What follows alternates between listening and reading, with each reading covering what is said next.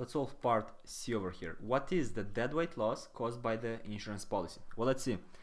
We'll do it on this graph. Now, what do we have on this graph? We have the demand for visiting the doctor, right? 100 minus 25 times the quantity. We have the marginal cost of one visit, and we also have the marginal cost with the insurance policy. And when we saw in the previous video that there is a 50% reduction in the cost because the other 50% is covered by the insurance, meaning it would be $25. Now, what would be the deadweight loss? Well, let's see.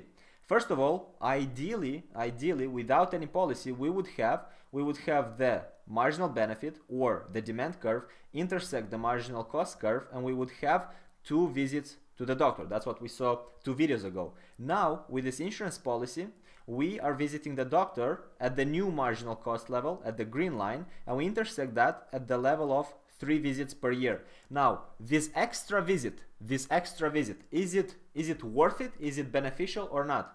Now recall, the actual cost from the hospital, so to speak, of providing that session to the doctor costs $50, right? That is the actual cost. The fact that we think about $25 when we make our decision is only because of the policy, but the real cost of providing that session is $50 from the hospital.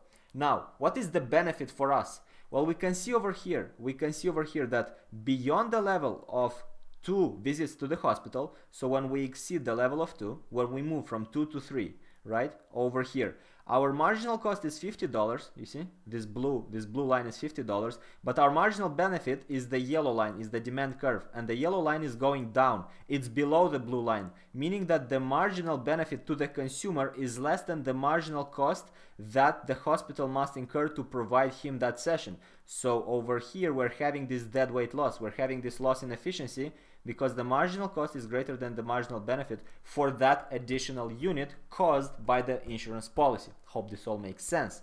What is that deadweight loss? Well, it's the area of a triangle, so we can calculate it.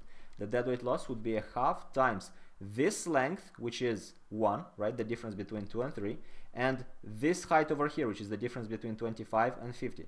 So that's 25. 25 times 1 is 25, divided by 2 is going to be equal to 12.5. So there's a loss in efficiency worth of $12.5. Hope this makes sense. In the next video, we go to part D.